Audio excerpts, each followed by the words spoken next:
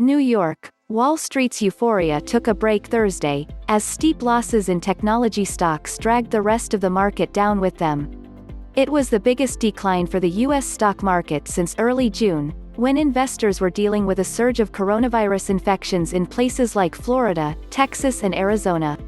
There seemed to be no explicit catalyst for the sell-off, with economic data coming in roughly where the market had expected and no companies issuing foreboding warnings. That said, the market felt due for a breather, investors said. Both the S&P 500 and Nasdaq hit record highs just the day before. Prior to Thursday, the S&P 500 had risen 9 out of the previous 10 days. Big tech stocks like Apple, Amazon and Facebook have made massive gains this year.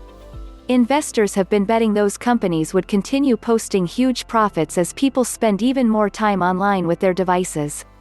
Market watchers have been questioning recently whether those gains were overdone. Apple is still up 64.7% for the year, and Amazon is up 82.3%.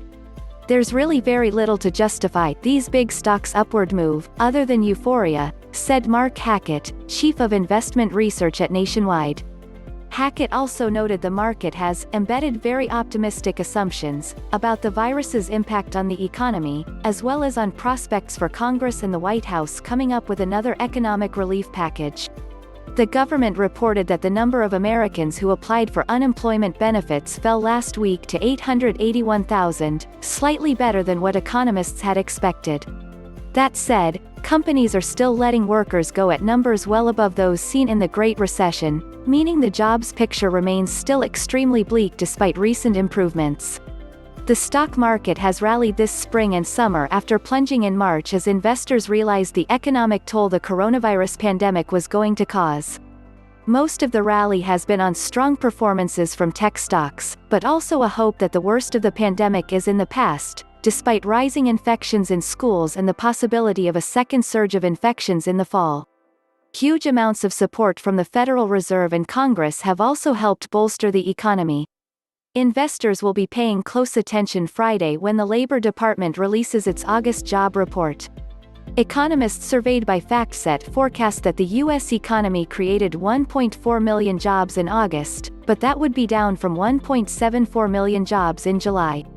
Tens of millions of Americans remain unemployed, however, as seen by this week's unemployment benefits numbers. If the jobs numbers do not deliver, it's unlikely the stock market will rally much higher from here, analysts said. The Dow Jones Industrial Average fell 807.77 points, or 2.8%, to 28,292.73. It was briefly down 1,000 points earlier.